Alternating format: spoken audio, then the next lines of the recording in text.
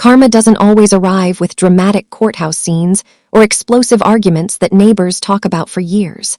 Sometimes karma arrives in the quiet hum of a house that has suddenly forgotten how to function properly. "What exactly do you do all day, Allison?" my husband Spencer asked me on a Tuesday evening, stepping carelessly over a pile of clean laundry I was halfway through folding on our living room floor. He'd just received a major promotion at his law firm, and apparently that made my role as a stay-at-home partner seem like some kind of elaborate joke to him. "I'm the one bringing home the six-figure salary now," he continued, loosening his expensive tie. "You just exist here. Honestly, you're lucky I'm generous enough to support this lifestyle, or you'd be out on the street." I didn't yell at him or throw the laundry in his face like part of me wanted to. I didn't burst into tears or start listing everything I did to keep our lives running smoothly. Instead, I just looked at him calmly, thinking about the incredibly complicated web of schedules, bills, maintenance tasks, and invisible work I managed every single day. Things Spencer didn't even know existed, let alone understand how to handle. "You know what, Spencer?"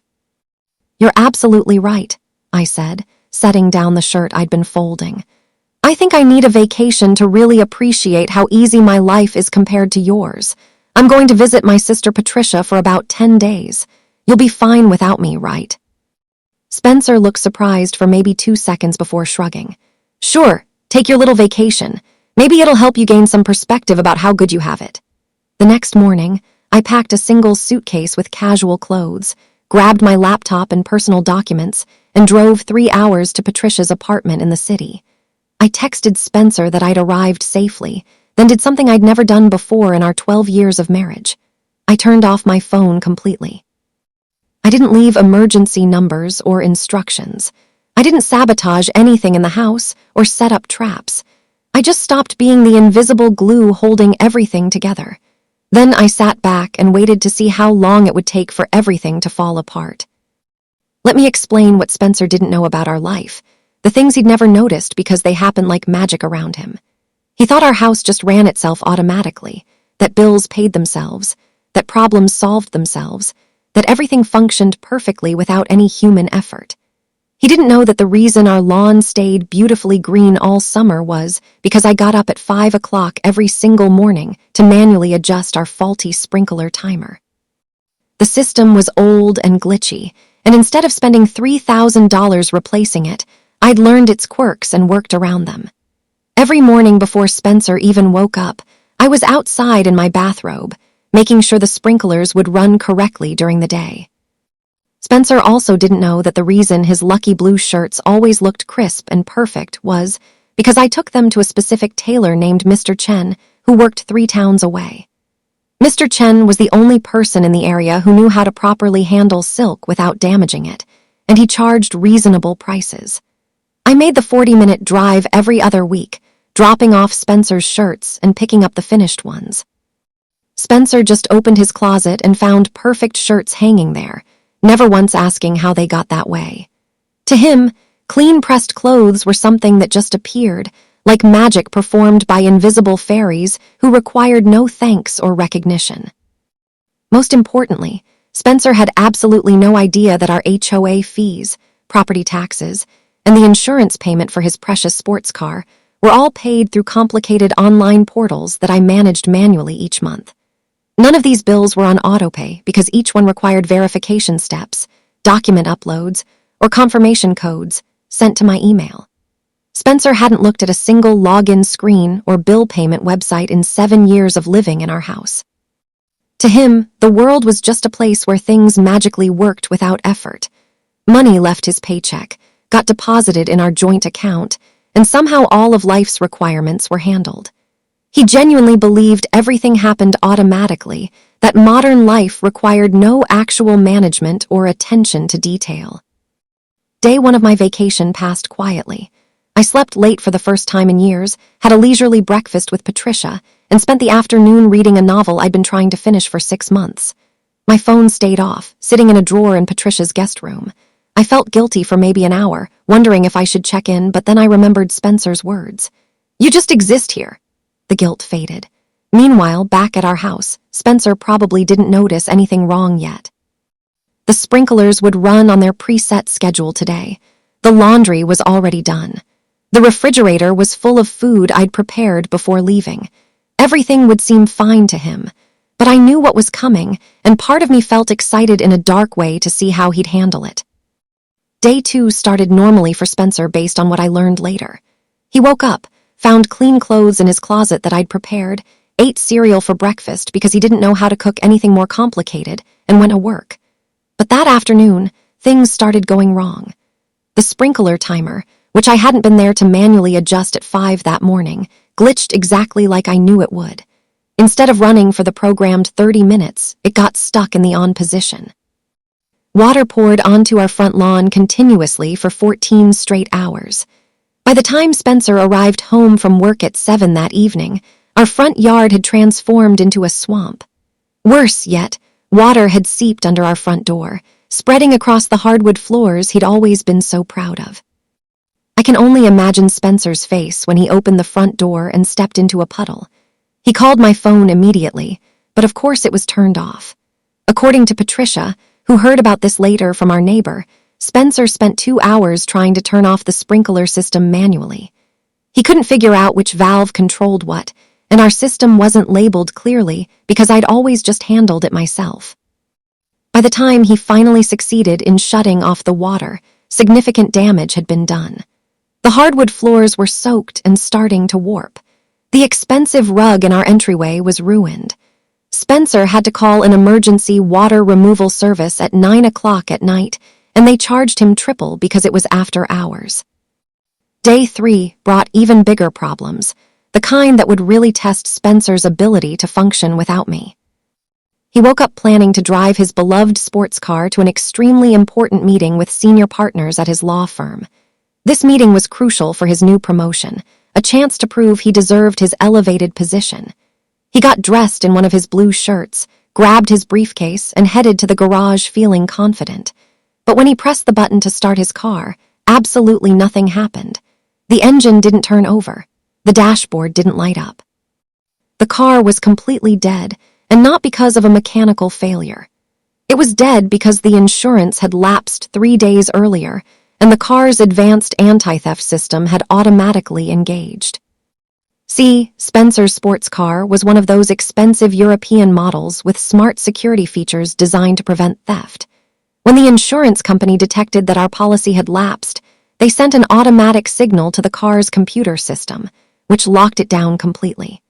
No one could drive it until proof of insurance was provided, and the system was manually reset by a certified dealer. I'd seen the final notice from the insurance company a month ago, a bright red envelope marked urgent. I'd left it on Spencer's desk in his home office, right on top of his keyboard where he couldn't possibly miss it. But Spencer never actually looked at mail that came to the house. He assumed it was all junk or handled by me, so the notice sat there, unopened, until it was too late. Spencer called the insurance company from our garage, standing next to his useless car, slowly realizing how badly he'd messed up. They informed him that yes, his policy had lapsed due to non-payment. Yes, they'd sent multiple notices to our home address. No, they couldn't just turn the car back on remotely.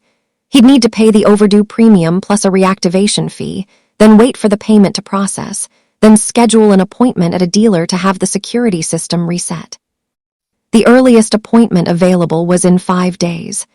Spencer missed his crucial meeting with the senior partners. He had to call an expensive car service to take him to the office, arriving 2 hours late, flustered and embarrassed.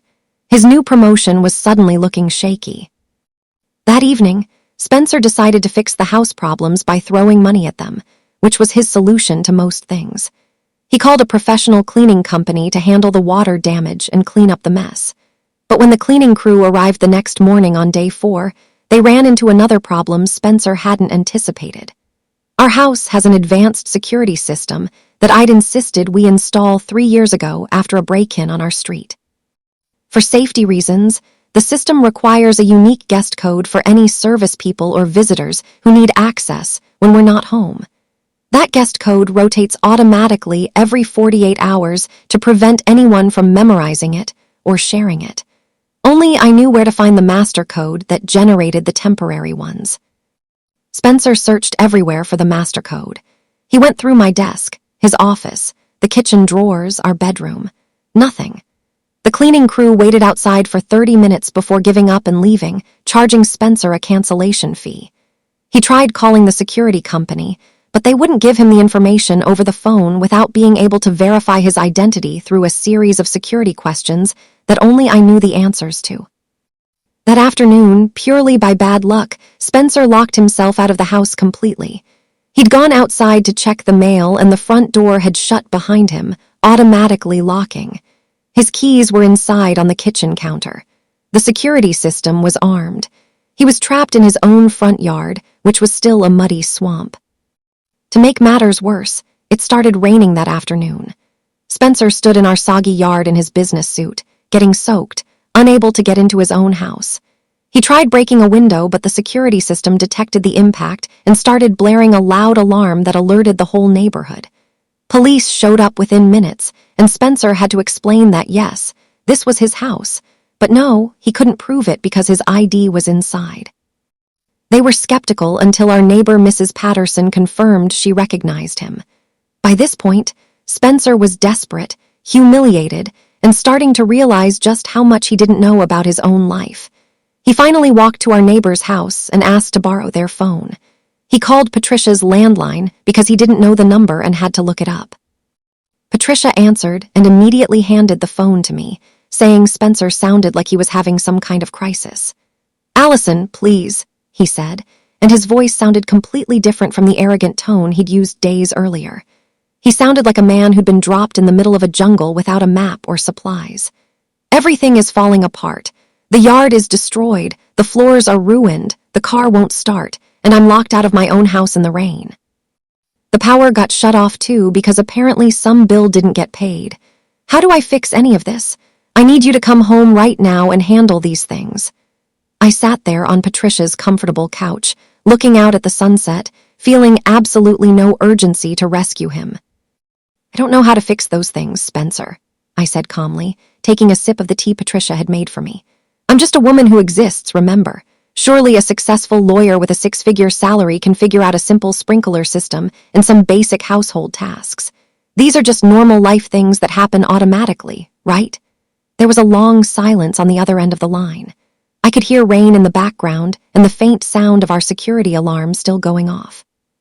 "Allison, I know what I said was wrong," Spencer began, his voice breaking slightly. "I was an idiot. I had no idea how much you actually do. But please, I need help. I can't live like this. The house is falling apart and I don't know how to stop it." Part of me wanted to cave in right then, to rush home and fix everything like I always did. But I'd only been gone 4 days, and I needed Spencer to truly understand what my days looked like. "I'll come home when my vacation is over," I told him. "I planned for 10 days, and I'm taking 10 days. In the meantime, you're a smart man. You went to law school. You argue cases in front of judges. Surely you can figure out how to manage a house." I gave him exactly one piece of helpful information: the security company's phone number and the hint that the master code was written inside the cover of a specific book on my nightstand. Then I hung up. Patricia looked at me with wide eyes. "That was cold," she said. "Is he going to be okay?" I shrugged. "He'll figure it out, or he'll pay people to figure it out for him. Either way, he'll learn." The next few days were apparently a nightmare for Spencer based on what I pieced together later. He did eventually get back into the house using the master code he found in my book. He hired an emergency electrician to figure out why the power had shut off, which turned out to be because the electric bill was overdue. I'd left that notice on his desk too, but like the insurance notice, he'd ignored it. The electrician got the power back on, but charged a massive fee for emergency same-day service. Spencer then paid an emergency plumber to come fix what he thought was a plumbing issue with the sprinklers, only to have the plumber tell him it was actually an electrical problem with the timer. That required calling a different specialist who charged even more money. The water damage to the hardwood floors was severe enough that Spencer had to hire a restoration company. They tore up sections of our beautiful entryway and living room floor, setting up industrial fans and dehumidifiers that ran loudly for days. The restoration company told Spencer that if he'd had proper homeowner's insurance, most of this would have been covered. But because the insurance had also lapsed due to non-payment of a bill I'd tried to show him, he was paying for everything out of pocket. The total cost for the water damage alone was nearly $40,000. Spencer had to take money from his retirement savings to cover it. Meanwhile, his sports car sat useless in the garage, waiting for an appointment that was still days away. Work was becoming a serious problem for Spencer, too. Because he'd missed that crucial meeting with the senior partners, his new promotion was now in jeopardy. They'd put him on what they called probationary status, meaning he had to prove he was capable of handling the responsibilities they'd given him. But Spencer couldn't focus on work because his personal life was in total chaos. He was staying in a hotel because our house was full of loud restoration equipment and smelled like industrial chemicals. He was eating takeout for every meal because he didn't know how to cook.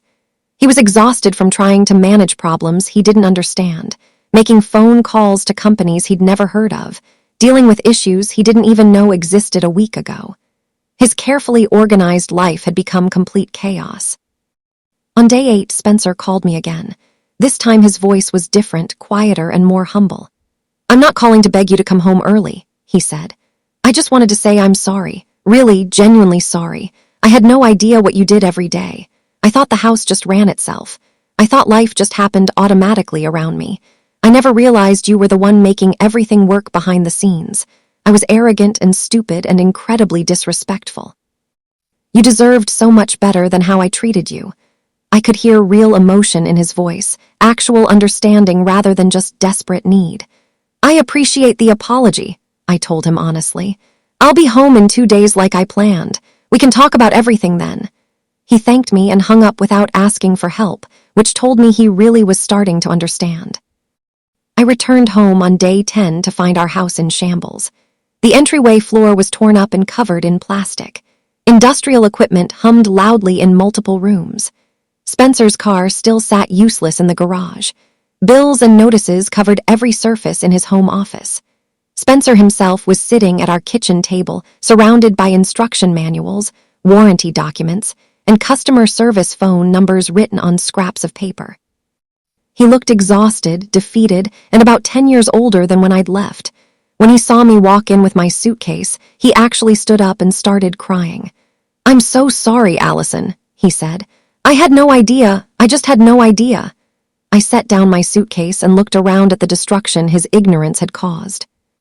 Spencer didn't just apologize with words over the following weeks. He actually changed his behavior in real, meaningful ways.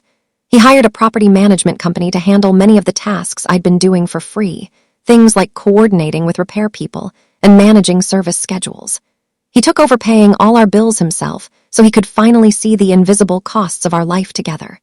He started doing his own laundry and learned that his lucky blue shirts required special care. He got up early with me to learn how to manage the sprinkler system properly, and we finally replaced it with a new one that actually worked correctly. He attended the HOA meetings and dealt with our difficult neighbor complaints. He grocery shopped, cooked dinners, scheduled his own appointments. He lived like a full partner instead of a king being served by invisible servants. A year has passed since my 10-day vacation, and our marriage is completely different now. Spencer never asks what I do all day anymore because he finally understands the answer is everything that keeps our lives functioning. He tells people at his law firm about what happened, using himself as an example of how not to treat your partner. He actually says thank you now when he finds clean shirts in his closet or comes home to a maintained house. His promotion got back on track once he sorted out his personal chaos, but he's more humble about it now. I didn't have to divorce him or burn his world down to teach him this lesson. I just stepped out of the way and let his own arrogance finish the job. Because the heaviest weight in the world is the one you don't realize someone else is carrying for you, and Spencer finally learned that lesson when I simply put it down and walked away. Thank you for watching. Don't forget to like this video and subscribe to our channels. You can also tell us what you think in the comments.